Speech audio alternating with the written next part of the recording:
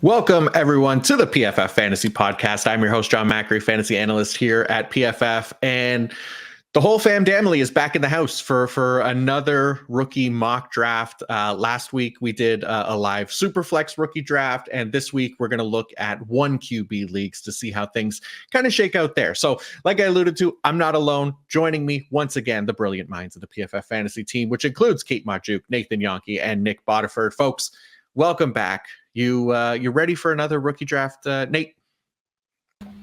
Yes, I am ready, excited to do. I am in more single quarterback leagues and super flex leagues in Dynasty right now, so had a couple more of those, so I feel like I'm more prepared for this one, but I feel like last one went well too, so this one should be even better. Beautiful. Nice. Yeah, Nick, how you feeling after last week's super flex draft? You prefer super flex or one QB for yourself? Yeah, I prefer Superflex for Dynasty, and I'm excited for this one. I haven't done a whole lot of single QB Dynasty content, so looking forward to diving in. How are you? Oh, I'm great. I'm excited for sure. Yeah, this is always fun to do. Kate, I know, we've covered these rookies a ton already on the podcast. With more time removed here from the NFL draft, how you feeling about how these rookie drafts have kind of shaken out a little bit? Still seeing things kind of all over the place. Everything is all over the map. And I'm going to be honest, I love it that way. I have so enjoyed this rookie season. I said this on our last podcast on our Superflex PPR mock draft. The ADP is absolutely meaningless in a lot of these situations because I think we have a lot of very closely tiered assets, and I think even for some of the top end assets like a Malik Neighbors, a Rome Odunze, there's still some interesting conversations being had, and I don't know. I love the chaos, and I couldn't resist. I had to come back for more this time in a single QB format. Absolutely, right? Like that's the thing with these rookie drafts. Like I mean, if you're expecting it to be chalk all the way through, I think you got to be on your toes because look, there's only 4 of us here, and we went a little, we varied from the ADP and everything like that quite a bit as well. I mean, you get 12 people together in a rookie draft. There's going to be changes every single time, so this will be fun to see how the 4 of us draft these 12 teams here across at least 3 rounds. I think we're hoping, aspirations for 4 to 5, depending on time. But, we only got through the 2 in our hour last week, but we're going to be aiming to be a bit quicker here so we could get some more names on the board.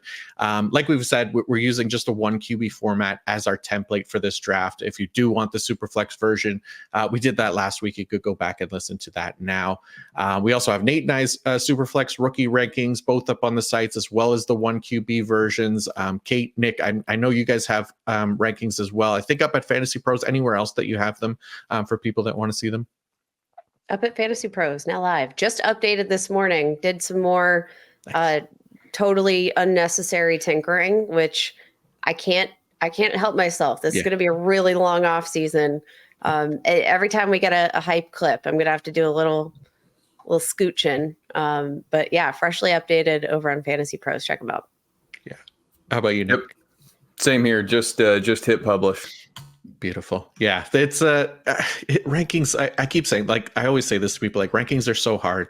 I just feel like I constantly want to tinker and move things around. At some point you have to hit publish and you got to put them out there. But I just want to keep constantly going back in and changing things. And you never know, I might vary from my rankings a little bit here today as well. So we'll get into it.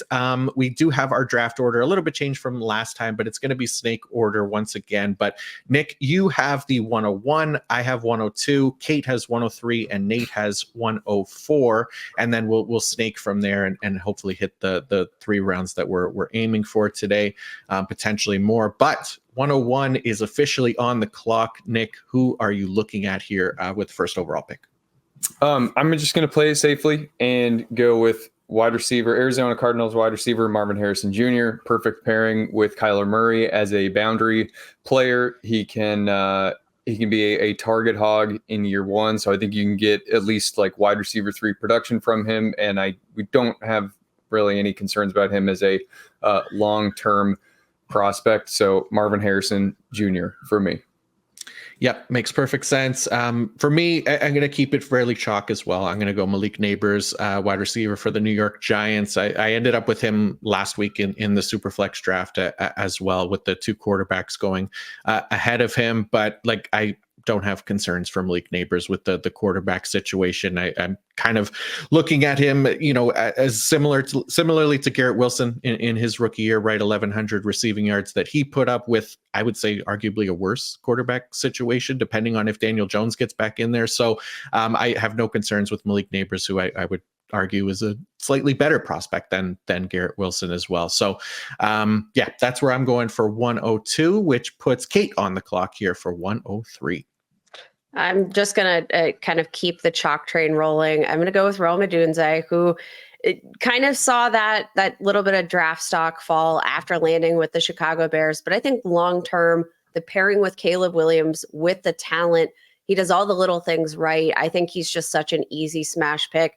I still wouldn't be surprised, even with the plethora of talent between DJ Moore, Keenan Allen, I still wouldn't be surprised if he ended up leading the team in receiving. And that's just how confident I am in the skill set of Rome and what he brings to the offense as, again, just one of the most pro-ready receivers over the last couple of years.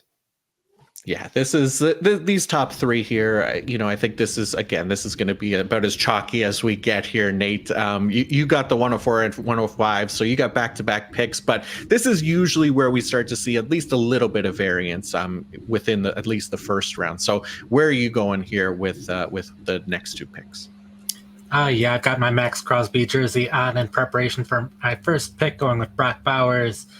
Best graded tight end that we've seen since we've started doing college football grading. So happy to have him. He's pretty well the consensus fourth person, but looking at ADPs, it's very close with him and Caleb Williams and Xavier Worthy. I will start to throw a wrench into things with the fifth pick, though. I'm going to go with Brian Thomas Jr. He's the fifth person on my big board. Talked a bit why I liked him last week on the podcast, so I will talk a little bit why I'm not going Caleb Williams. And it's simply there's too many good quarterbacks in the NFL now, so in single quarterback leagues, if the quarterbacks are well spread out, then every team should have a quarterback they like. Obviously, there will be teams that are hoarding some of the good quarterbacks, so there will be some quarterback needy teams here and there. But just in general, on the average team that I have, I'm more looking for more depth at wide receiver, especially at this point of the draft, more so than a quarterback that I might not be starting that much because I have another one that I am perfectly happy with and should hopefully be happy with for a number of years, since so many of the good quarterbacks in the league right now are about 28 or younger, so you'll be happy with them for at least the next couple of years. Yeah, no, I think that makes perfect sense there. So we got 106 up next, Kate. You got a few options here for sure. Where are you going?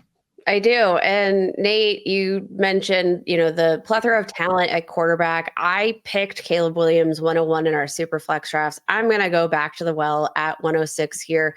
And I'm going to be honest, this is actually probably the earliest that I've drafted a quarterback in a non-super flex format in any of the years that I have played Dynasty. I think, again, year one, you probably don't, I can't really remember a season where the number one overall pick has walked into such a luxurious situation when it comes to pass catchers. It's not just Rome. It's not just Keenan Allen. It's not just DJ Moore. It's Cole Kmet. It's Gerald Everett.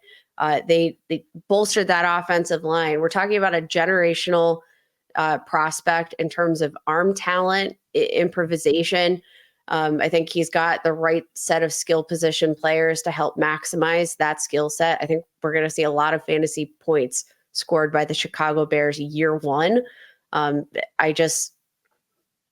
love Caleb Williams, and again, not afraid of this early investment, because for me, when I'm looking at the wide receivers at this point, I think there's a bit of a tier break. And it feels a little bit early at the 106 to lean running back, which I have a feeling.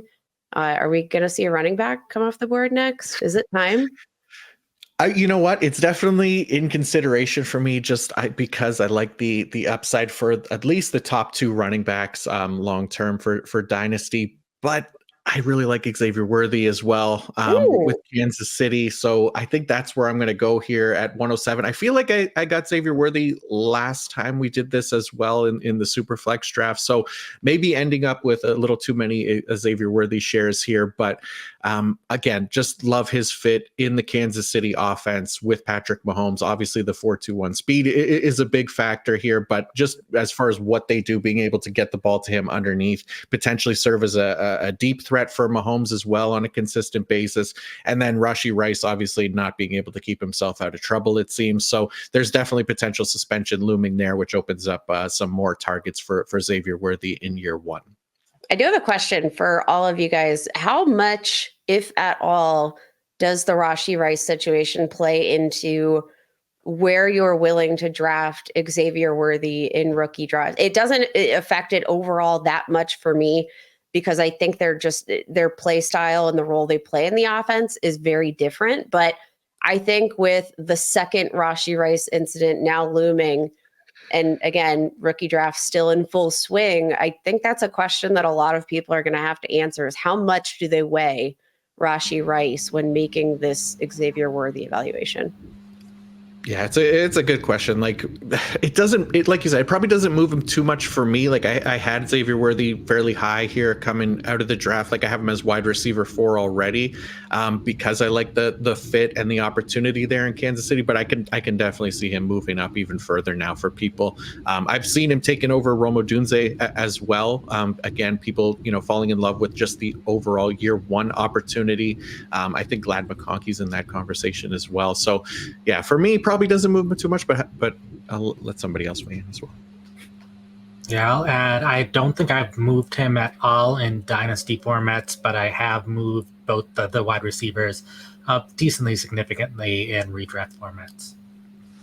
Nice. All right, so we are at 108 here now, Nick. We left a few players on the board for you. I know you were a Ladd McConkey fan last time. Is that where you are going back to here at 108? Yeah, we'll get to Ladd in a second here. On the Xavier Worthy bit, I think that with the lit kitchen incident, I think Rashee Rice was already looking at a multi-game suspension, and now I'm going to be surprised if he comes back. I don't know, before like probably Halloween is I think Xavier Worthy is going to have 8 weeks or more to establish himself as the number 2 wide receiver there, and that's an awesome opportunity. I am still worried about some of his reception or catching issues, but the opportunity is now significantly increased, I think. So he's definitely inching up the board for me. With this pick, though, I'm going to go Jayden Daniels. His rushing ability is electric. The landing spot with Cliff Kingsbury is really exciting. I feel like I picked him last time at number 3, so I went in depth there on, his class leading yards per carry, all that kind of stuff. I think that he will have top 6 weeks in year 1. Will he be there consistently? Probably not, but the dual threat skill set and the landing spot are tantalizing for fantasy purposes. Now I'm back on the clock here at 109. Is that right? Yeah. Yep. So now we're going to go Los Angeles Chargers wide receiver Ladd McConkey.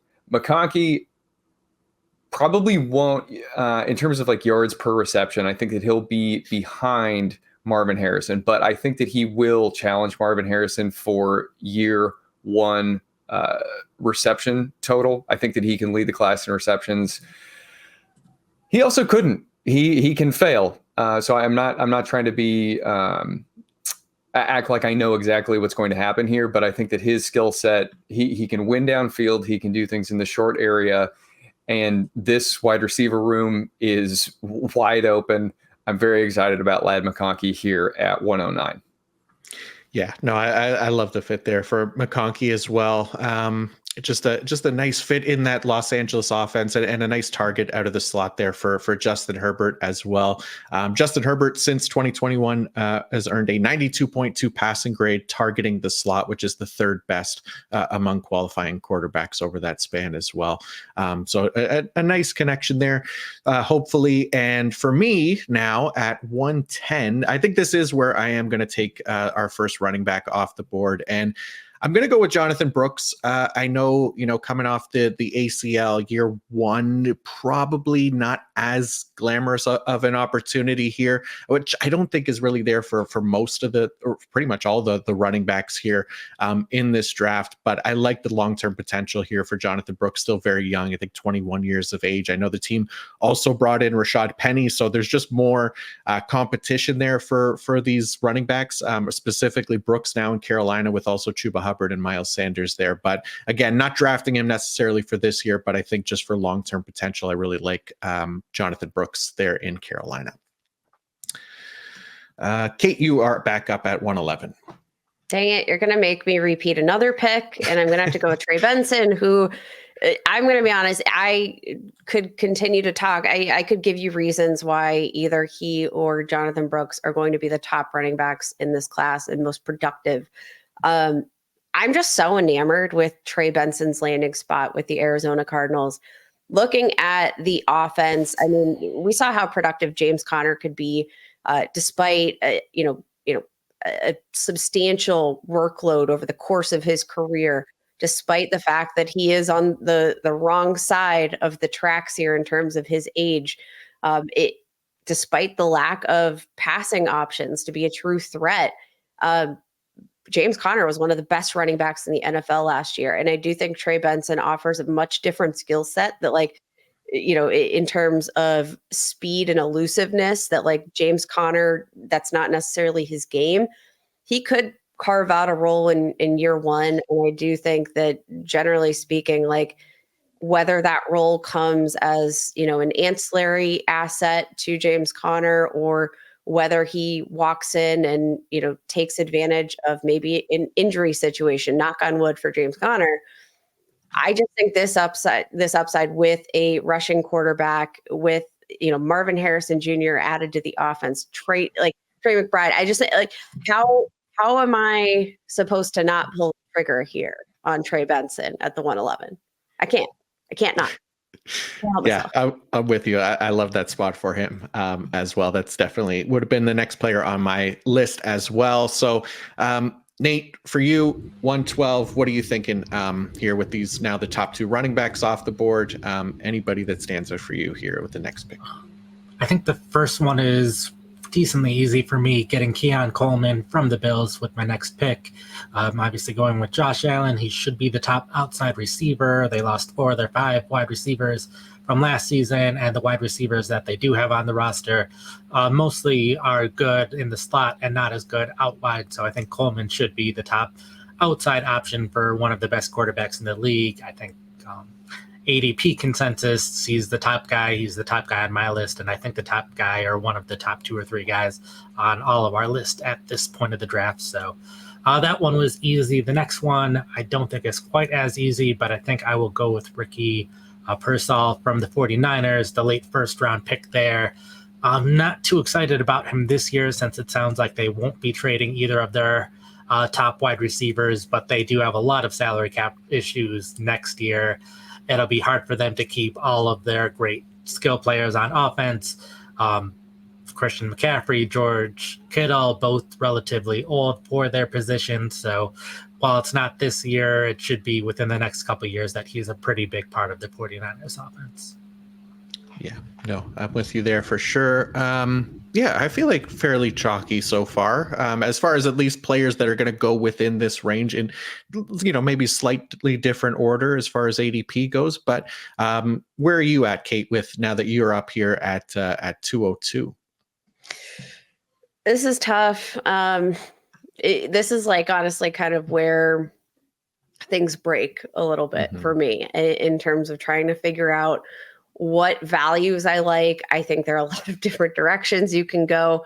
And I'm going to be honest, I'm not totally crazy about any of them. I think all of these options are in this range, big time question marks with their respective offenses. I'm going to go ahead and pull the trigger on Xavier Legette, first round wide receiver for the Carolina Panthers, who, definitely a questionable profile in general, given his 5th-year breakout, but has that draft capital. I think this offense is in a much better position to be successful this year as opposed to last, with the investments in the offensive line, more talent, in terms of the acquisition of Deontay Johnson. Like, I do think this offense is going to open up quite a bit. And Xavier Legette, there were, I think plenty of circumstances that, perpetuated that breakout, but that late breakout. But all things considered, it was a freaking tastic breakout. Like, maybe I'm crazy, but I'll take the shot on that combination of size, speed, and athleticism, and the opportunity to potentially, be that wide receiver 1 that the Panthers are looking for. Yeah, I'm with you. I think that's the exact range for him, right? Like, it's going to be end of the first, early second, which again, basically what it was in the NFL draft. And for me, like, that whole kind of like 112 to early second range, like, this is like, I feel like a good spot to potentially trade out of for me personally, right? Like, I don't know how you guys feel, but like, if I'm sitting there and Keon Coleman, Ricky Pearsall, and Xavier Legette are on the board, like 2 first-round wide receivers, an early second-round wide receiver, like, people might, fall in love with that. That's kind of a spot for me where I'm looking to kind of trade back, or if I can do it, preemptively and trade up to try to get one of those other guys that I like a little bit more, then that's an option too. But typically been a spot where I've been looking to kind of trade out of, just because of, again, some of the profiles questionable for this range. So yeah, I'll be curious what you guys think. Any area in this draft, like, are you happy sitting there, or are you looking to trade as well? Anybody feel differently?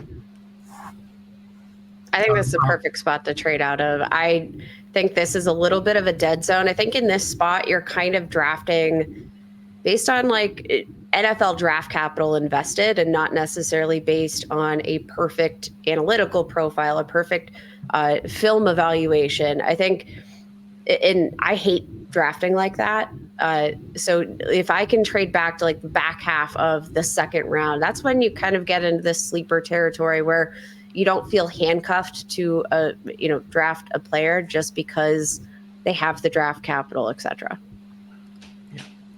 Yeah, I wrote the trade value chart for last Friday and compared it to the one I did before the draft, and found like where the ranges and value changed with the draft, and like the late parts of the first round are a bit more valuable based on how things went. So I'd also be looking to trade up here to get one of those top 12 or 13 picks, because like we were saying, like, that's where the consensus is. That's where all the players, we don't know what order they'll be picked, but we know who those 12 to 13 players are. And then after that, it's all over the place. So if I can get another one of those picks, I'd be happy. But especially like end of that, or 4th, 5th, 6th pick around where I had, that's also a range where I'd be perfectly happy to trade back, because a lot of us are getting the same people that we got last week because we all like our people and we're able to get them even though we're all drafting in different spots. So just remember, you probably don't have to trade up as much this year compared to other years to get your player.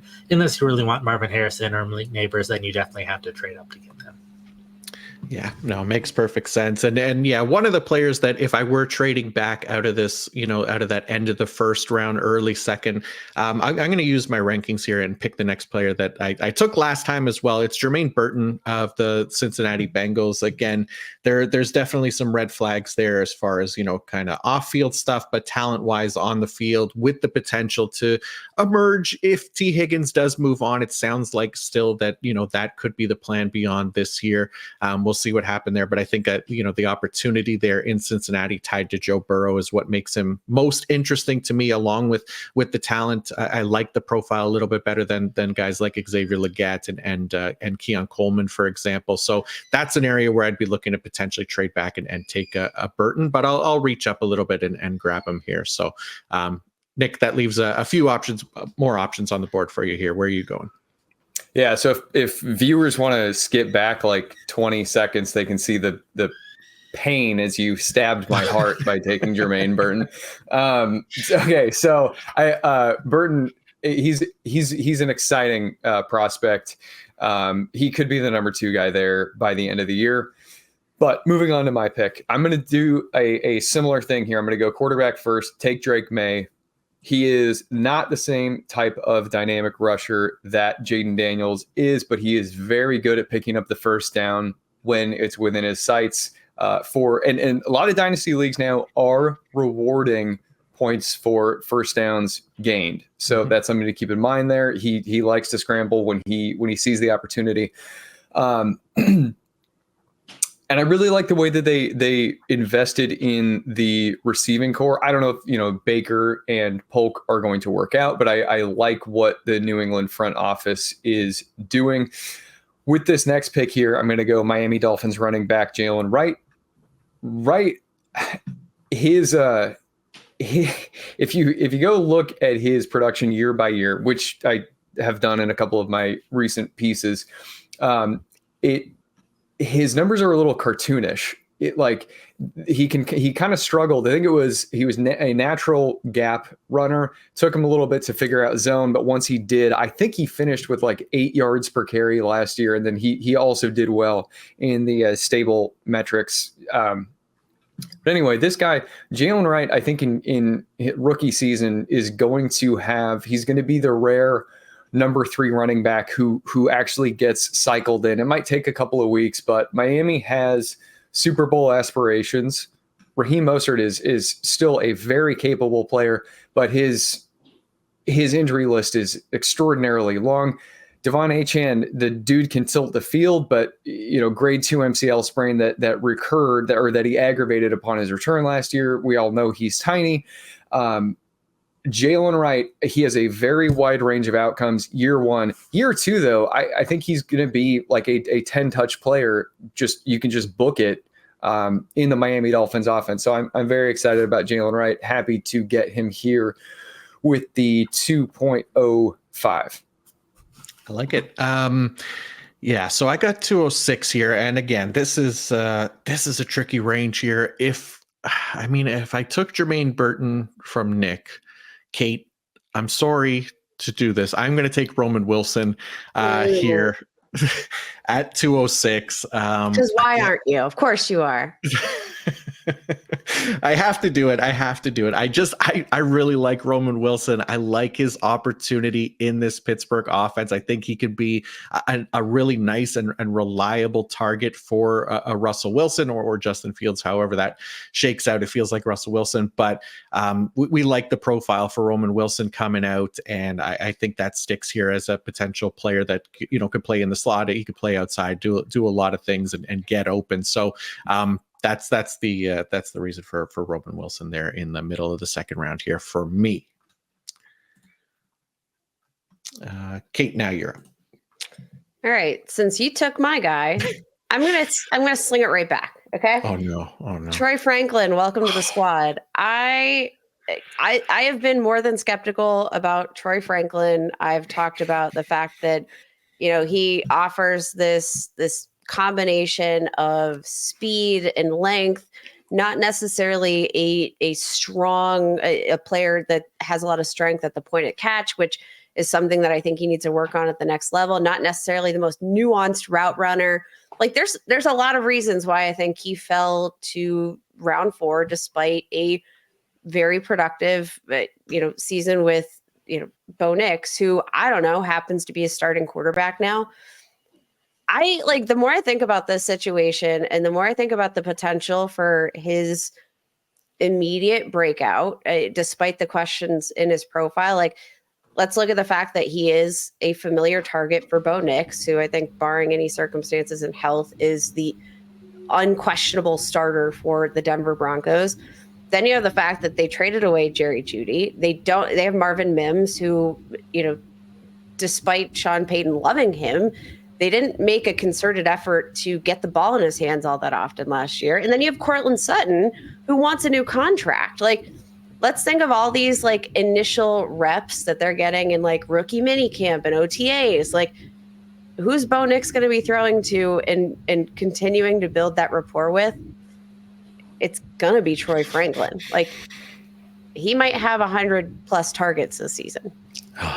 Yeah, I was really hoping that Troy Franklin would come back to me. I think I need to move him up in my rankings because I keep missing on Troy Franklin because he goes all over the place and I keep misreading of where he's going to go in draft. So I'm starting to get pretty annoyed by that. So I'm going to start moving Troy Franklin up in my rankings so I could get more shares of him because I'm with you, Kate. I love all the reasons you just said. So yeah, this should be a nice fit there for Franklin. So Nate, you are now up here at 208. I'll start with the guy I got last week. You got Adonai Mitchell, Indianapolis Colts. We had him ranked very highly heading into the draft in terms of just wide receiver talent. And I think Indianapolis is a team where he should be able to start in 2 wide receiver sets pretty much immediately. So getting in every down wide receiver picked in the second round this late, second round of the NFL draft, getting him this late in the second round of a rookie draft. Happy with that kind of value. And then my second pick, I will go JJ McCarthy with the Vikings. A quarterback that was picked fairly high, and I think he has a chance to do really well in his rookie season, having Justin Jefferson to throw to and the rest of the talent that Minnesota has. Hopefully TJ Hawkinson is able to be fully healthy early on in the season. So I think he has an immediate impact on Minnesota, and even though he might not be as good of an option long-term as some of the other quarterbacks, I think getting him this late is another value that I'm happy with. I think he's pretty consistently going middle-ish second round in drafts. Yeah, no, that makes sense for me. Love the weapons there for JJ McCarthy as well, so that he can kind of hit the ground running, hopefully in the NFL. So nice pick there. Kate, you are back up on the clock here at 210. That would have been my JJ McCarthy range. So that is super frustrating because I do think like year one, he is somebody that's going to come out and post some pretty immediate production with the group of receivers that they have in tow. I'm going to go ahead and take a shot on a running back who I really like. I'm not loving the situation, but let's roll with Blake Corum, who ideal, offensive scheme. Obviously, he's going to have to compete with reps for Kyren Williams, which I still think it's Kyren's, 70% of snaps, I think, are going to Kyren Williams. I think Blake Corum is competing for more of that complementary role. But the thing is, if Kyren Williams goes down to injury, I think Blake Corum is more than capable of functioning as the RB1 in a Sean Payton offense. I'll take the swing on the upside here for Corum. Yep, that would have been my pick here as well. I love pick sniping. Let's go. Yeah. It doesn't feel so good on this end. God, yeah, this feels like another range for me that I'm going to be looking to trade out of. I also have a lot of IDP drafts, so this will be a range where I would start taking some IDPs as well. But oh man, you know what? As much as I'm not like in love with Jalen Polk as a player, as a prospect, I am going to take him here. 37th overall pick in the NFL draft. And I think there's potential for him to mesh with Drake May in that offense, being, he's going to have every opportunity to be their top receiving target. Not to give anything away later, like I would definitely prefer Javon Baker at ADP. I like his profile a lot more, and I think he has just as good of a chance. But I'm going to try to stick with some relatively chalky ADP here and go Jalen Polk.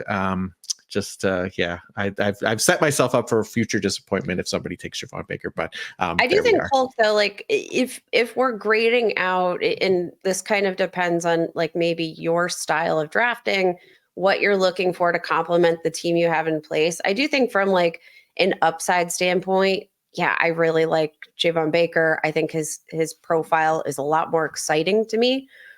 Polk, I could see just kind of being like a perennial 1,000 yard, 6 touchdown dude. And like, I think he could have a fairly safe floor, especially if he becomes this primary target in the offense for Drake May.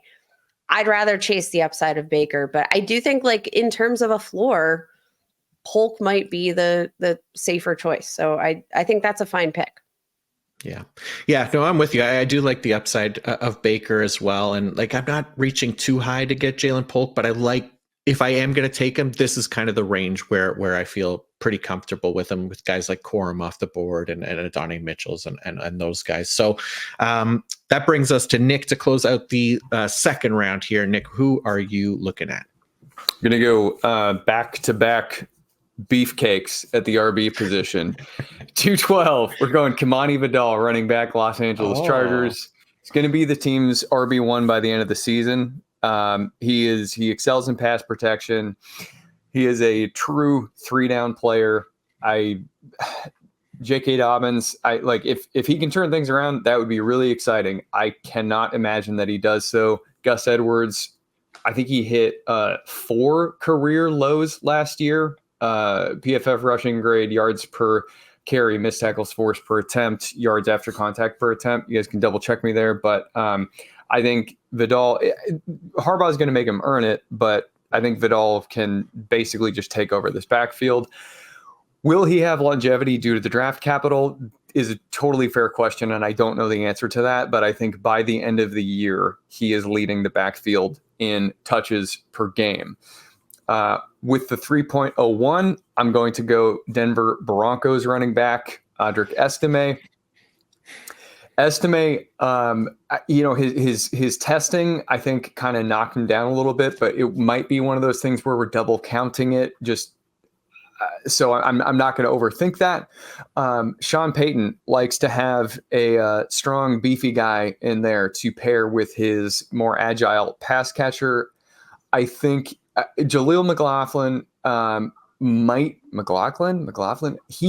be able to throw he might be able to throw a stick in the spokes because he's a talented rusher, but Peyton likes his guys really maybe more so than any coach in the league. He is so particular about so many things. So I think that Estime, again, similar with Vidal, he'll have to earn it, but I think that he can win over that traditional Mark Ingram type role by the end of the year. I love that. I'm so angry you made it. Yeah, no, this is starting to become everybody hates John pick draft here. So but that's okay. I'm gonna try to keep it chalkier, but let's talk about Vidal, because I wrote him up as a sleeper before the draft and now after the draft as well. And there's definitely like a lot of hype around Kimani Vidal to the point where like he's just not gonna be a sleeper for much longer, right? Like Fantasy Pros ADP, he's RB11, but he's moving up like quickly, right? Like Nick just laid out here, there's reasons for that.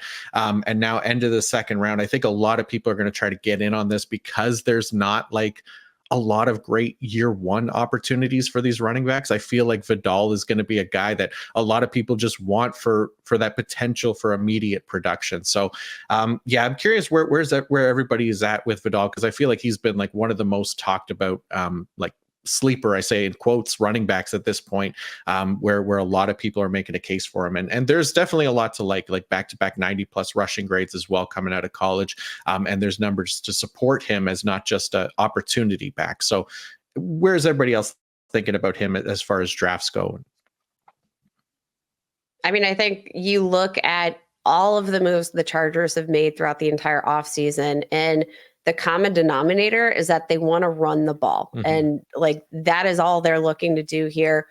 The pairing of Greg Roman back with Jim Harbaugh, like they did one thing when they were together with the 49ers, they ran the dang ball. Granted, they had Frank Gore, but like they ran the dang ball. You looked at Greg Roman at his time with the Baltimore Ravens, they ran the dang ball. Like their offenses, Greg Roman's offenses have ranked like 28th or lower in terms of total pass attempts in the league in, I think, all but one of his seasons as an offensive coordinator. So I think for the culmination of running backs that they've put into this group, I love J.K. Dobbins, but again, he doesn't even have 300 career rush attempts to his name because he cannot stay healthy. And it's one of the most unfortunate instances of a running back, like what could have been, but it is what it is. Gus Edwards, I like Gus Edwards a lot, but do I think he's a true 3-down back that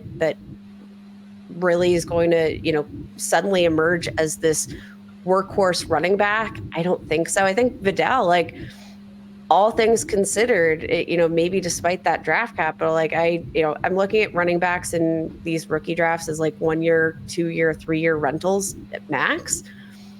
Give me the shot on this new run focused offense. Yeah, no, that makes perfect sense to me. It's just, like you said, potentially not, the best long-term option, again, because he's a 6th-round pick. We see these guys get replaced right away, but there's definitely guys that come out and produce as 6th-round picks in year one. And I think, as far as the late picks in this year's draft, Vidal definitely has as good a shot as any here with the Chargers. So I'll make my pick. I'll keep the running back trend going here. I'm going to take Marshawn Lloyd of the Green Bay Packers. Lloyd, to me, look, there's some promising numbers, I think, for him coming out of college. It's not, a perfect profile or anything like that, but 0.33 career missed tackles forced per attempt is a 93rd percentile mark among running backs since 2018 as well. I like the potential in Green Bay. I know they signed Josh Jacobs to that 4-year deal, which is essentially, it is a shorter deal with outs and things like that they can get out of. And Josh Jacobs coming off a year where he was far from what we saw in 2022. And, part of that being on the Raiders, who didn't necessarily have the best offense either. Green Bay is definitely going to have a better offense, I would say. So, 3.5 yards per attempt for Josh Jacobs is a career low in 2023. So this is also an offense that we've seen utilize 2 running backs. I know they got A.J. Dillon in there as well, but he was another guy that wasn't overly effective last year either when he was given the opportunity. So Marshawn Lloyd has the day 2 draft capital, at least, to potentially work in there and work out long term. So that's where I'm going to go with 302. So next up is Kate. All right. I'm going to go ahead and draft a guy who I think I probably reached on way too much in our Superflex draft, but let's go with Malachi Corley, wide receiver for the New York Jets, who I don't know if y'all have been on social media, but boy, they posted this the Jets social media posted this beautiful slow-mo, gorgeous, tantalizing, clip of Malachi Corley catching like a 1-inch screen and turning around. Like who doesn't love clip season? But you know what Malachi Corley does? Like he is the yak king for good reason. They utilized their 2nd pick in this year's draft on Malachi Corley. In fact, trading up to go get him. And I think wide receiver 2 in this offense is very much wide open. I think he's going to be a guy that they generate a lot of touches for and just kind of see what happens with him. I could picture him being an immense value, especially in PPR formats where I think we can probably expect a low average depth of target. But we saw what Rashee Rice did in this year with a pretty low ADOT. Just thanks to his yards after the catch ability. And I think Malachi Corley could post a similar season, even despite the fact that, he's playing behind Garrett Wilson, but they are 2 very different receivers. And I think they will play very different roles in this offense. Yep. Nope. That makes sense. I like the pick there. So 304 is next. Nate, you got back-to-back picks. Who are you going here? You didn't reach on Corley this time because I would have picked Corley had you not picked Corley. My first one is probably the closest thing that I have to my guy out of this draft, and that's Bucky Irving, running back for the Buccaneers. Out of the first 10 or so running backs picked, a lot of them ended up in spots where they're not going to have great opportunities immediately, which is why running backs are all over the place. Especially at this point of the draft. But I think Irving going to Tampa Bay last year, every 3 or 4 weeks, they seemed to be changing their mind of who their backup running back was going to be. And just like, okay, we'll try this running back. Okay, that's not working. Let's try someone else. That kind of kept going through that rotation. And really we haven't seen that great of stuff out of Rachaad White. He saw a ton of volume last year, but in terms of PFF grade, he isn't grading nearly as high as a bunch of other starting running backs in the NFL. So I think out of all of the running backs outside of probably Jonathan Brooks, I think Irving has one of the best chances of winning a starting job at some point over the course of the season. And seeing the numbers that we saw out of Rachaad White last year, if Irving gets that kind of volume because they decide that he's the better player, then you have a potential top 5 fantasy asset. And I know that's probably not the most likely scenario that's going to happen this year, but when you can get someone with a top 5 upside at running back at this point of the draft, I'm happy to take it. So that's my first pick. Next, even though I just went quarterback not that long ago, I will go with Bo Nix for my next pick. Just a lot of the players we're picking now, yeah, we have a lot of high hopes for them, but we're picking guys who are picked in the 3rd or 4th round or even later of the NFL draft. And every year we see running backs or wide receivers who get picked in that range and almost never see an opportunity, where at least Nix, we know he's probably going to be the starter this year.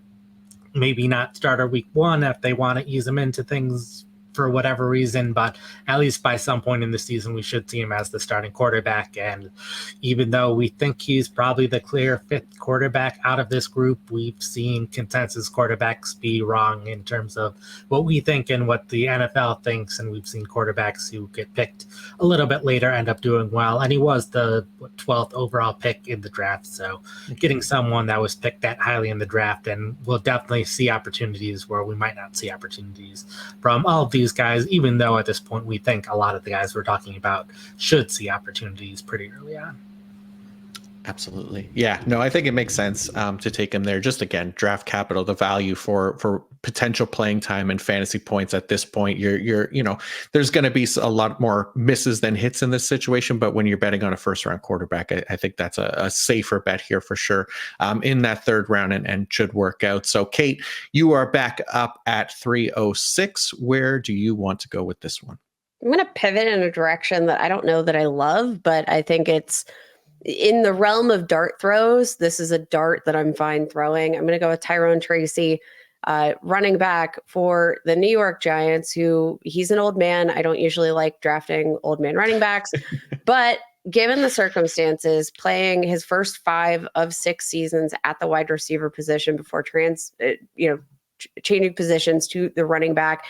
I mean, the production he posted in his final season at Purdue, like a 90.5 PFF rushing grade that ranked 28th among running backs in the NCAA with a minimum of 100 carries, 42% missed forced tackle rate, which is just psychotically absurd. Like, I think from an upside perspective, even from a receiving perspective, like he's got that skill set to his repertoire to kind of round out his rushing potential, which I think is still untapped.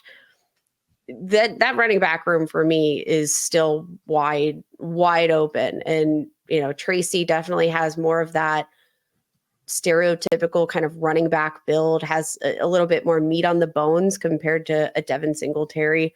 I just think it's an interesting shot. I don't know how good this offense is going to be. I think it's better with Malik Neighbors, and yeah, I don't know. Why not? No, I like it. I wrote Tyrone Tracy up as one of my post-draft sleepers here as well. Like, I like the potential in this offense. Like, this is an offense that did rely a lot on Saquon Barkley as a receiver the past few years. And obviously, like you said, Tyrone Tracy has that receiving upside as well, where Devin Singletary, like, he's seen decent amount of volume as a receiver, but he's never cracked a 65 receiving grade in a single season either. So I think there's room for Tyrone Tracy to kind of work his way in there, potentially starting as a receiving down back, and then as he gets more experience as a rusher, there's potential there as well. So I like the Tyrone Tracy pick. I'm going to go back to Javon Baker here. So yeah, loading up on New England Patriots wide receivers. When has that never worked? I'm going to put Baker in here. I really like his potential. I like him over Jalen Polk. I want to say, like, I think there's some really fun, metrics to bank on for Jerome Baker or Javon Baker, like dominated against single coverage in college. Like his 5.07 career yards per route run versus single coverage was a 94th percentile mark among prospects. 93.6 receiving grade was 96th percentile. As far as career yards per route run go as well, 2.53, 74th percentile. So these are numbers that are, you know, better than what we got with Ja'Lynn Polk as well. And I think, you know, if you're betting on a dark horse to emerge as the wide receiver one in that New England offense, I like Jerome. I keep calling him Jerome Baker. Javon Baker. Again, have IDP on the mind there, linebacker Jerome Baker. But Javon Baker in New England, I think, is going to be one of my favorites in this year's draft. So that's 307. That brings us to Nick at 308. Okay, so this one's been difficult for me. These next two picks have been difficult for me to nail down, and I've toyed with a number of different names. It's a little bit of a reach here, but I do think that Washington Commanders slot receiver Luke McCaffrey can find a role in year one. Bit of a spoiler, I guess. There will be an article coming out either today or tomorrow where I discuss must draft rookie wide receivers. What I like about McCaffrey, one, is his skill set. He's excellent over the middle, and two, the situation. The players in Washington who he's going to be competing with don't really have overlapping skill sets with McCaffrey. He's kind of the only guy who can efficiently win in traffic. If we want to talk Zach Ertz, that's fine. I just don't think that an ancient Zach Ertz is that big of a threat, but I could be eating my words here. For now, I will go Luke McCaffrey here. I'm going to stop the slide on the next guy, Atlanta Falcons quarterback Michael Penix Jr. I took him last time, I think, probably 6 spots earlier than I am right now. I think Penix is a good pocket passing quarterback. His pro day metrics excited me. I think if he can add even just a tiny amount of scrambling to his game, that would be a ton of fun. I don't know why he didn't scramble, and maybe I'm just wish casting there. I understand that. But he is an elite sack avoider, and he has a at least decent pass catching core in front of him. Would have been, cooler for Cousins if they'd added a fourth option there, but I think that it is a pretty complete group with London, Pitts, and Mooney. Kirk Cousins, I wish him a good recovery, but if he stumbles at all, I think Penix, his potential value gain from being a third or fourth round pick in a lot of drafts is I do think you should hold on to him, but you could turn him around for a first round pick if he gets a start and looks good this year. So going Penix here with this 309. Yeah, 309. Again, I like the pick. It's similarly to Bo Nix, right? Like maybe doesn't necessarily have that year one opportunity that Bo Nix does, but there should be opportunity down the road here for a first round quarterback with some decent weapons there in Atlanta. So, oh God, this is my last pick here. So I don't know. God, I hate this. I really wanted to try to get Bucky Irving here. Thank you for that, Nate. So you know what? I'll go with Jalen McMillan of the Tampa Bay Buccaneers. So I believe he was a third round pick in the NFL draft. Again, it's not a perfect profile. I think there's an argument to be made that McMillan may be a better wide receiver than Ja'Lynn Polk coming out of Washington, but again, falls a little bit further in the draft here as the third Washington wide receiver drafted. So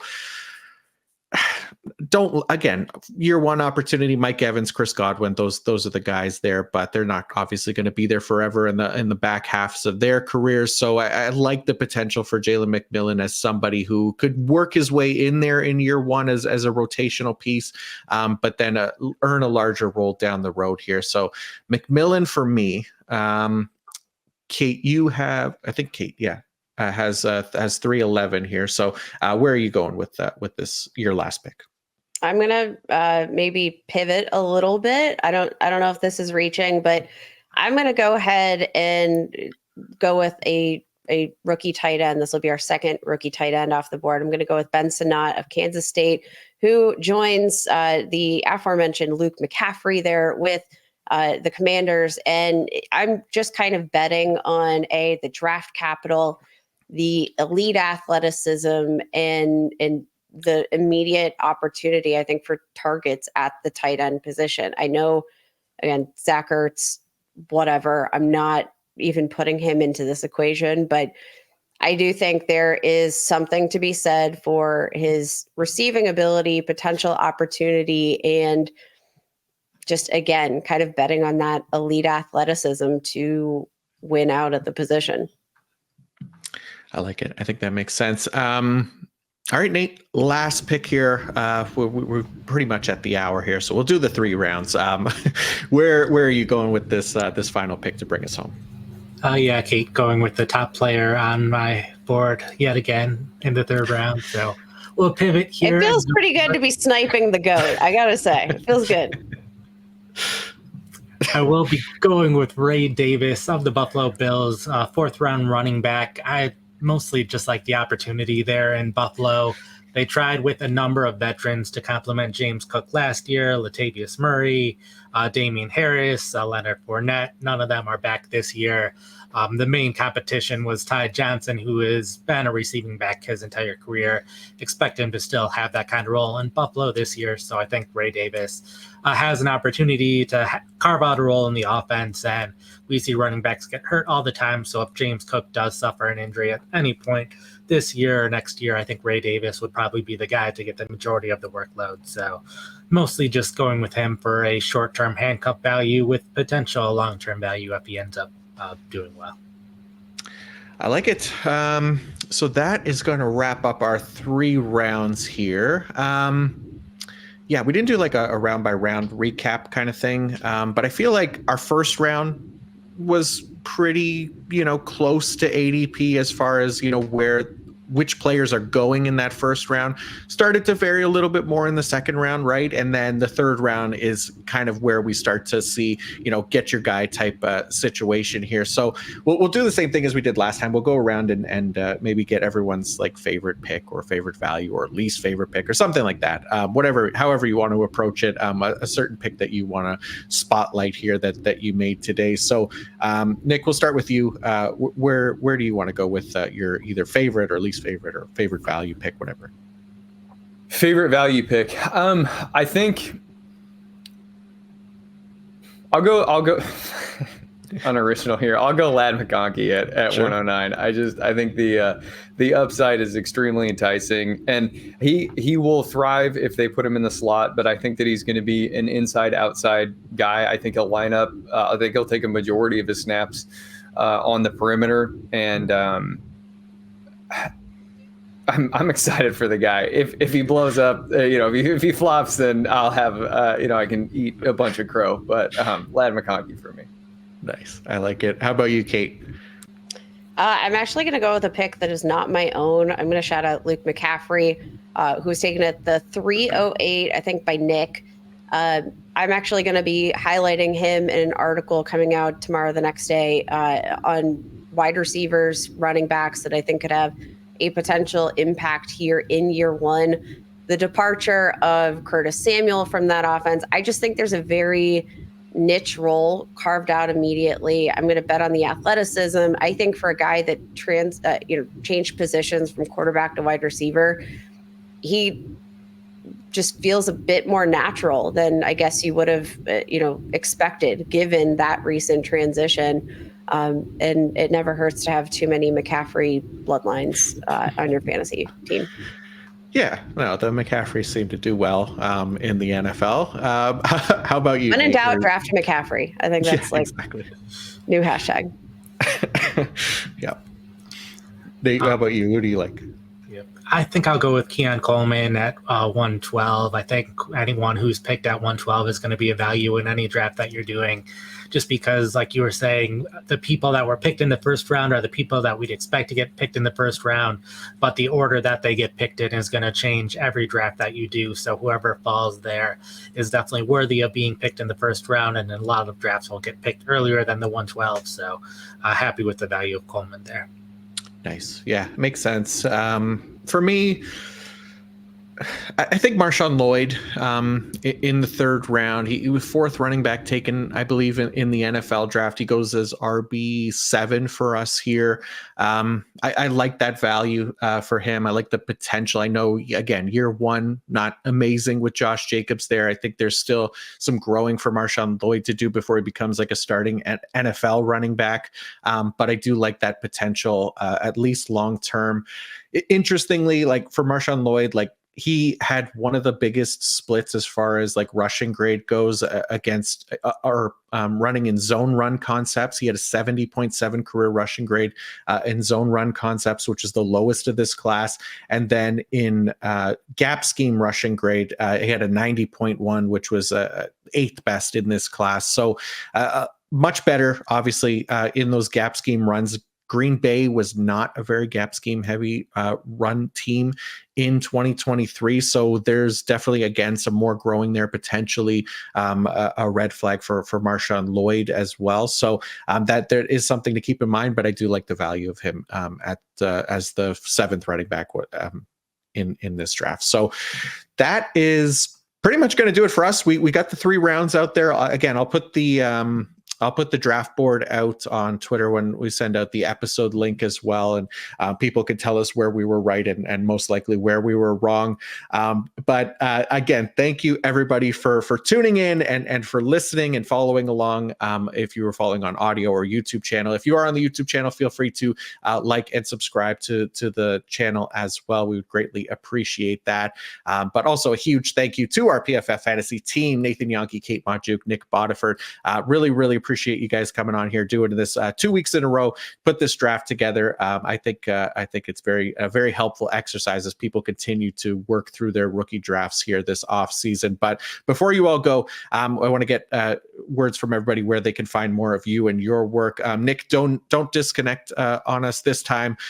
Let everybody know what you got coming up and where they can find more of you. Yep. So on Twitter, X at Nick Bodiford, NFL. NIC only, no K in there. As for my work, you can find it here at PFF and soon at Roto World. So check me out at both spots. Awesome stuff. How about you, Kate?